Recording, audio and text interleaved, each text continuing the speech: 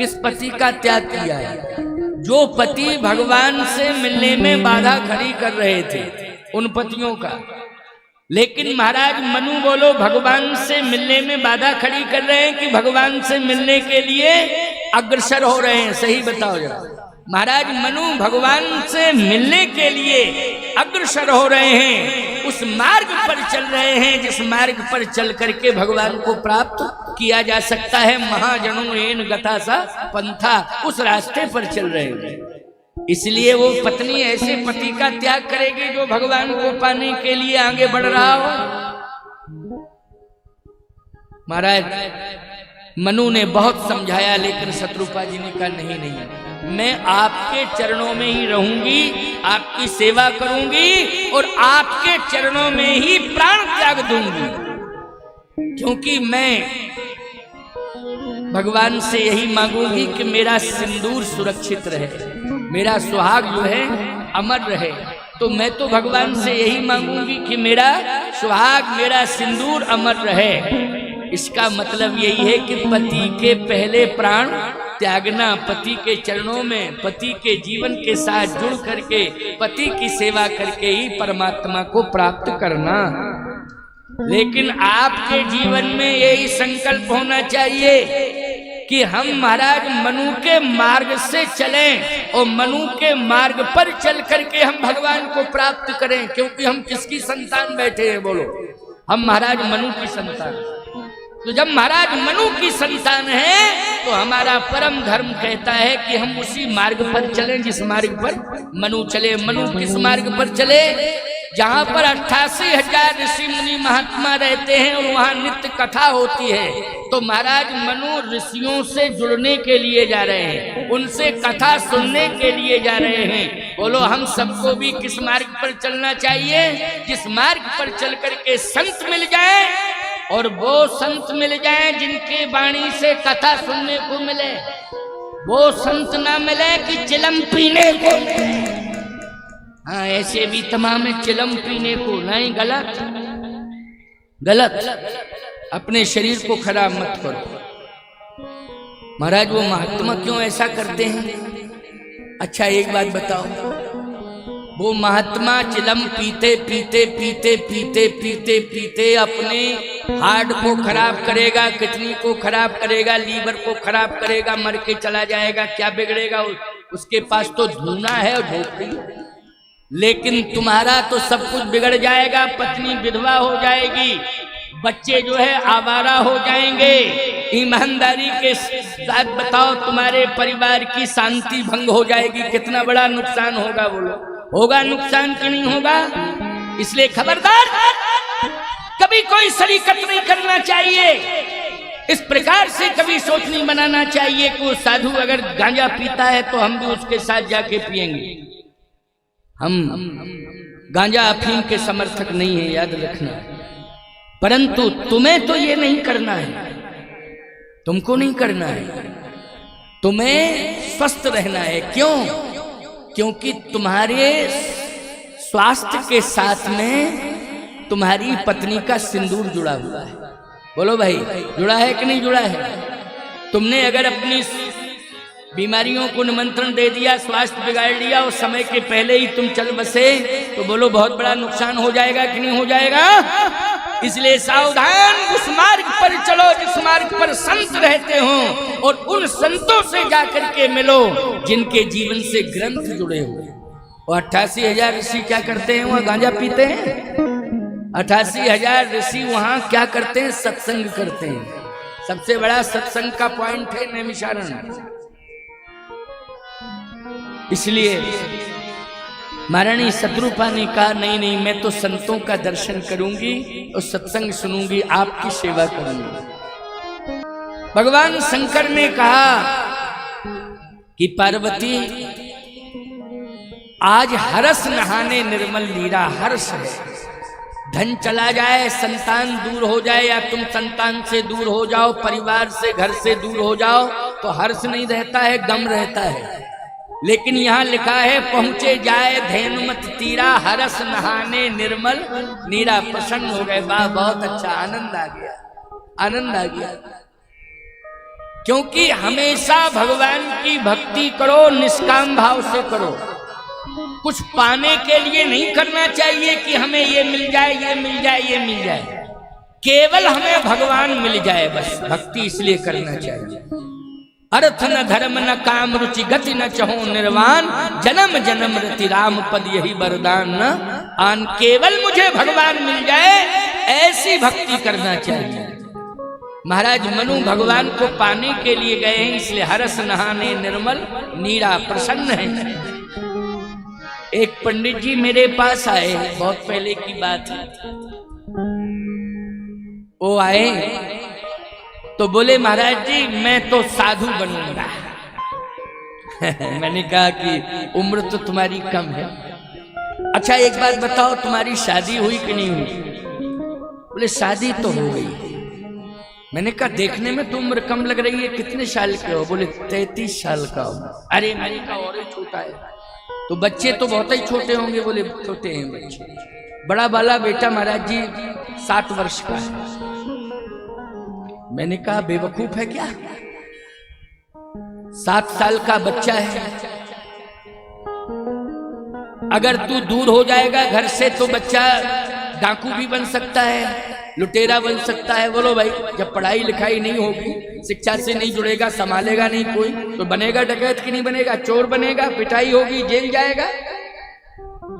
खबरदार, घर में रहो, सबसे पहले बच्चे को पढ़ाओ। पत्नी जब तेरी 33 साल की उम्र है तो पत्नी की 30 31 साल की 32 साल की आई होगी, 1 साल 2 साल का अंतर होता है। मैंने कहा उस पर क्या बीतेगी?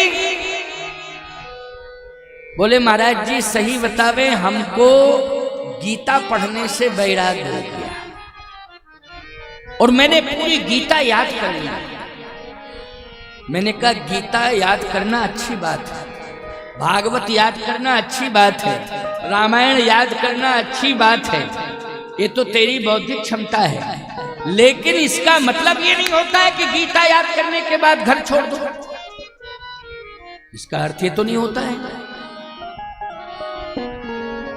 बोले आप नहीं ले जाएंगे तो मैं तो चला ही जाऊंगा, साधु बन ही जाऊंगा। मैंने कहा मैं तो नहीं ले जाऊंगा, मैं किसी को धोखा नहीं देता। सही बात बतावे, ऐसा उस पर वैराग्य का रंग चढ़ा कि मेरे आने के बाद में वो सीधा हरिद्वार चला गया और हरिद्वार में किसी सन्यास आश्रम में जाकर के उसने ये नहीं बताया कि हम गृहस्थ हैं, ये है वो है, कुछ नहीं बताया। सीधी सी बात, उसने ये समझ लिया कि हमने एक साधु को बताया कि हम गृहस्थ हैं तो उसने डांट दिया। दुनिया भर की बातें की स्वीकार। अब हम दूसरे साधु को बताएं तो वो भी यही कहने लगेगा, घर भागो, जाओ जाओ। नहीं, उसने छिपाया, वहां बन गया साधु। अब उसके खोजने वाले आए, बोले महाराज चित्रकूट से आए थे, पूरा परिवार चित्रकूट आ गया। महाराज जी कहाँ है वो? हमके कौन? बच्चा रोते हुए बोला, बोले पापा। पत्नी रोते हुए बोली मेरे पति। मोहल्ला वाले बोले हमारे मोहल्ले के पंडित जी। महाराज कहाँ हैं? मैंने कहा कि वो साधु बनने के चक्कर में था, मैंने उसे मना किया। मैंने उसको मना किया, समझाया और मैं लाया नहीं, और कहीं चला गया होगा। कहे महाराज जी यदि मिल जाए साधुओं के बीच में तो आप पता तो दे ही सकते हैं। पत्नी बोली नहीं। मैंने कहा मिल जाएगा तो हम पता ही नहीं देंगे, हम पकड़ के सीधे तेरे पास पहुंचाएंगे, चिंता मत कर, मुझे मिल तो जावे। संयोग की बात, प्रयाग के कुंभ में साधुओं के जत्था में मिल गया। गंगा स्नान कर रहे थे, उसी समय मिल गया। हम तो नहीं पहचान पाए क्योंकि उस समय गृहस्थी का भेष था, लेकिन अब सन्यासी वाला भेष। अच्छा, साधुओं की रोटी खाते खाते मोटा पड़ गया, हेल्थ बढ़ गई थी उसकी। हाँ भाई, जैसे हमको देखा तो एकदम साष्टांग दंडवत हो गया। मैं नहीं पहचान पाया। अरे मैंने कहा नमो नारायण, नमो नारायण, कैसे हो, कहाँ रहते हो स्वामी जी? बोले महाराज जी आप ना कहें मुझे स्वामी। हम कहा क्यों? बोले हम वही तो पंडित जी हैं जो आपसे वैराग्य लेना चाहते। अरे तू वही है बोले हाँ महाराज। नहीं माना तू, आ गया, तुझे भगवान मिलेंगे, श्राप मिल रहा है, श्राप। मैंने सही बात कह दी, मैंने कहा तुझे भगवान नहीं मिलेगा, मूर्ख कहीं के, तुझे श्राप मिल रहा है, पत्नी का श्राप मिल रहा है, बच्चों का श्राप मिल रहा है। तू कच्ची गृहस्थी छोड़ करके चला आया, पत्नी रो रही, बच्चे रो रहे, सब चित्रकूट आए थे, सभी रो रहे थे, सब चित्रकूट आए थे। तो कहता है महाराज क्या बताएं, मन ही मन तो हम रो रहे, लेकिन क्या करें, बाबाओं में फंस गए। ऐसा वैराग्य किस काम का है, ईमानदारी के साथ बताओ, ऐसा वैराग्य किसी काम का नहीं होता है। भावुकता संतुलित होनी चाहिए, असंतुलित नहीं होनी चाहिए। रामायण सीखने का अर्थ, गीता पढ़ने का अर्थ ये नहीं होता है कि हम जिम्मेवारियों से मुक्त हो जाएं। बोलो भाई, ये अर्थ होता है क्या? ये अर्थ होता है कि हम रामायण पढ़ के अपने चरित्र का निर्माण करें, गीता पढ़ के हम अपने जीवन में निष्कामता को स्वीकार करें, ये अर्थ होता है। ये ग्रंथ प्रेरणा देने के लिए हैं। महाराज मनु ऐसे नहीं आए घर छोड़ करके, बोलो पूरे राज्य की जिम्मेवारी दे करके आए, और जब बेटा राजा बनने के लायक हो गया तभी महाराज मनु ने घर छोड़ा है। कहां पहुंचे? संतों के पास पहुंच गए। प्रसन्नता है कि मैंने कर्तव्य पूरा कर दिया है, इस बात की प्रसन्नता है। और याद रखना, यदि तुमने अपना कर्तव्य पूरा नहीं कर पाया तो तुम फेल हो गए, पास नहीं हुए हो। क्या हो गए हो? फेल हो गए हो, तुम्हारा जीवन फेल हो गया है। तुमने व्यर्थ में ही मानव शरीर पाया है, क्योंकि कर्तव्य बोध नहीं है तुम्हारे अंदर। आज मैं आपसे पूछ रहा हूं, बाप अपने बेटे से क्यों परेशान है? क्योंकि वो कर्तव्य बोध नहीं है उसके जीवन में, कर्तव्य नहीं करना चाहता है, वो बिना कर्तव्य के अधिकार पाना चाहता है। लड़ाई लड़ रहा है, अधिकार पाने की लड़ाई लड़ रहा है, लेकिन कर्तव्य से अधिकार नहीं पाना चाहता है, जबरदस्ती अधिकार पाना चाहता है, बिना कर्तव्य किए ही अधिकार पाना चाहता है। खबरदार, जीवन कभी सुखी नहीं रहेगा। इसलिए कर्तव्य पूरा करो, कर्तव्य के पथ पर चलो, कर्तव्य से कभी दूर मत हो, कर्तव्य करने से रूठो नहीं, ऐठो नहीं, कर्तव्य करने में उत्साह होना चाहिए, उत्साह होना चाहिए। प्यारे, कर्तव्य बोध की प्रेरणा दे रहा हूं। महाराज मनु ने कर्तव्य पूरा किया है और अपने बेटे को पूर्ण सामर्थ्यवान बनाने के बाद में राज्य को सौंपा है। इसलिए हरस नहाने निर्मल नीरा। हरस मानी प्रसन्नता है कि हम कर्तव्य पूरा करके आए हैं, जिम्मेदारियां सौंप के आए हैं, और मेरा बेटा संभालने लायक हो गया है, तब मैं उसे दे करके आया हूं। पहुंचे जाए धेनुमति तीरा, हरस नहाने निर्मल नीरा। संतों का दर्शन किया तो और हर्ष आ गया, प्रसन्नता और बढ़ गई कि महात्माओं का दर्शन हो रहा है। शत्रुपा जी ने कहा, आपने मेरा जीवन सफल कर दिया, जीवन सफल कर दिया है। संत सबसे बड़ी निधि है। क्या है संत? ये निधि है। ये नहीं सोचना चाहिए कि साधु आ जाए बोले पैसा लेने आए, उल्टा ही अर्थ लगाने लगते हो। साधु आए बोले पैसा लेने आए। संत तुम्हें, संत निधि होता है। क्या होता है? निधि। भगवान कहते हैं कि हमारा अगर धन है तो साधु है। कौन है? साधु है। हमारा अगर धन है तो भक्त है। बोलो, साधु और भक्त ये भगवान के क्या है? धन है, निधि है। शत्रुपा जी ने कहा, संतों का दर्शन हो गया, मेरा जीवन धन धन हो गया। बड़ी प्रशंसा हो रही है। देवता पुष्पों की वर्षा कर रहे हैं, और देवताओं की बात छोड़ो, ब्रह्मा विष्णु महेश चक्कर काट रहे हैं। चक्कर काट रहे हैं। आप कहोगे महाराज चक्कर काट रहे हैं? हाँ चक्कर काट रहे हैं। किसके? महाराज मनु के। विधि हरि हरि तप देख अपारा, मनु समीप आए बहुबारा। बोलो बार बार आ रहे हैं तो चक्कर काट रहे हैं कि नहीं काट रहे? जल्दी बोलो क्या अर्थ होगा इसका? तुम्हारी भाषा में चक्कर काटना ही है। बोलो भाई। भाई एक बार कोई आ जाए अलग बात है, लेकिन विधि हरि हर तप देख अपारा, मनु समीप आए बहुबारा। बहुबारा मानी अनेक बार, एक बार नहीं अनेक बार। बोलो ब्रह्मा विष्णु महेश चक्कर काट रहे। जब कर्तव्य पूरा करोगे तभी भगवान मिलेंगे ही नहीं, चक्कर काटेंगे। और कर्तव्य से अगर दूरियां बनाओगे तो तुम चक्कर काटते रहोगे, भगवान मिलेंगे नहीं। 84 लाख योनियों का भी चक्कर तुम्हें काटना पड़ेगा। ये मरने के बाद बोलो चक्कर ही चक्कर, मरने के बाद चक्कर ही चक्कर। ऐसा काम करो कि भगवान चक्कर काटे तुम्हारा। और बोलो मनु जी का चक्कर कौन काट रहे हैं? विधि हरिहर तब देखा पारा, मनु समीप आए बहु बारा। ब्रह्मा विष्णु महेश तीनों चक्कर काट रहे हैं, क्योंकि कर्तव्य पूरा करके आए हैं। बोलो आए हैं कि नहीं? भवन बसतभा चौथपन, बुढ़ापा आ गया है, जिम्मेवारी किसको दी? बोलो बाप बूढ़ा हो तो बेटा बोलो परिवार संभालने लायक होता है कि नहीं होता है? जल्दी बोलो।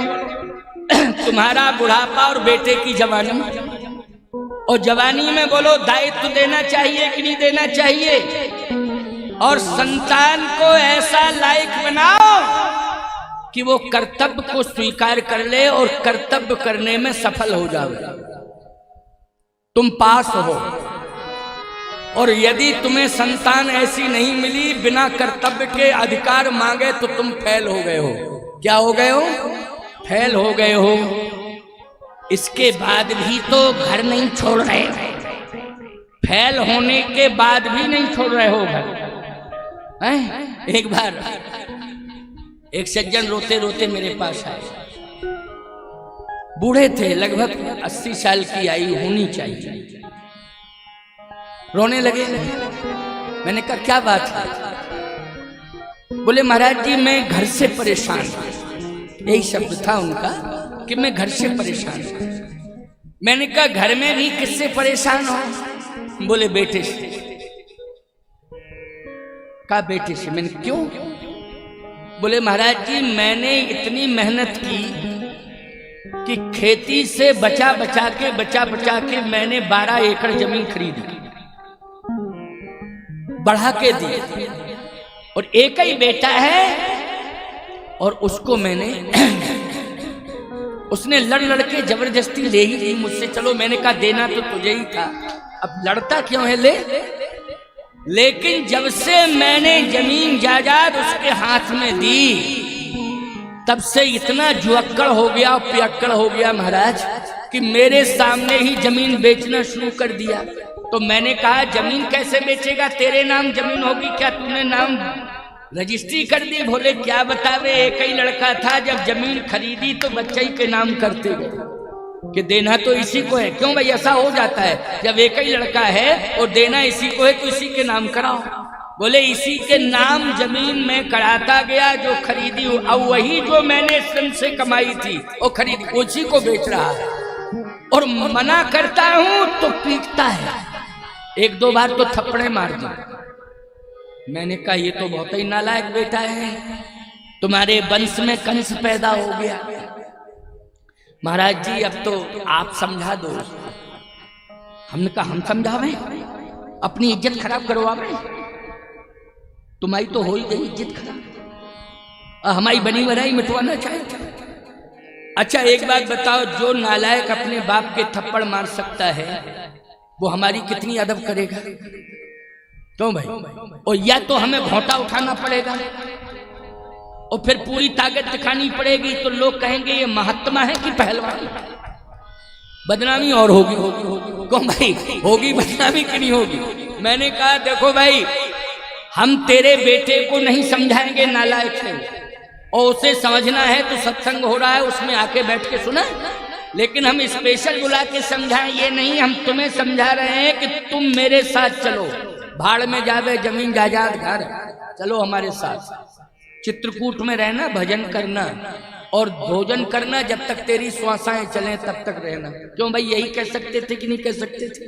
यही समाधान है और कुछ नहीं। बोला कल बताएंगे। हमने कहा कल बता देना, कल बता देना, कोई बात नहीं।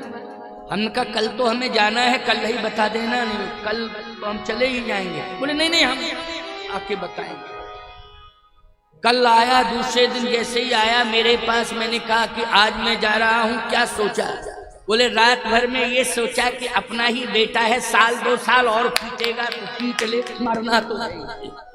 बोलो यही सोचा उसने, ये नहीं सोचा कि साल 2 साल भजन करने कामता नाथ के दरबार में, और भजन करके जो बिगड़ गया है वो सुधार लें। बोलो ये नहीं सोचा, ये सोचा कि 2-4 साल का जीवन है और पीट ले महाराज, अब मरना तो है ही है, इसलिए यही मरूंगा, अब छोड़ के क्या जाऊंगा। ऐसे ऐसे लोग समाज में हैं जो यातनाएं सह रहे हैं, परेशानियां सह रहे हैं, विडंबनाओं से गुजर रहे हैं, लेकिन घर नहीं छोड़ पा रहे। बोलो भाई, घर नहीं छोड़ पा रहे हैं क्योंकि बेटे ने जबरदस्ती अधिकार छीन लिए। बेटे ने क्या किया? अधिकार जबरदस्ती छीन लिए। बोलो कंस ने अधिकार मिला था, कंस को की जबरदस्ती छीना था? जल्दी बोलो। भागवत की कथा सुनते हो, जबरदस्ती छीना था कि नहीं? जबरदस्ती छीना था। पिता को कहां डाल दिया? कारागार में डाल दिया है, और जबरदस्ती अधिकार छीन लिया है। ईमानदारी के साथ बताओ, भगवान शत्रु बन करके आए? बोलो आए कि नहीं आए? और विनाश कर दिया उसको।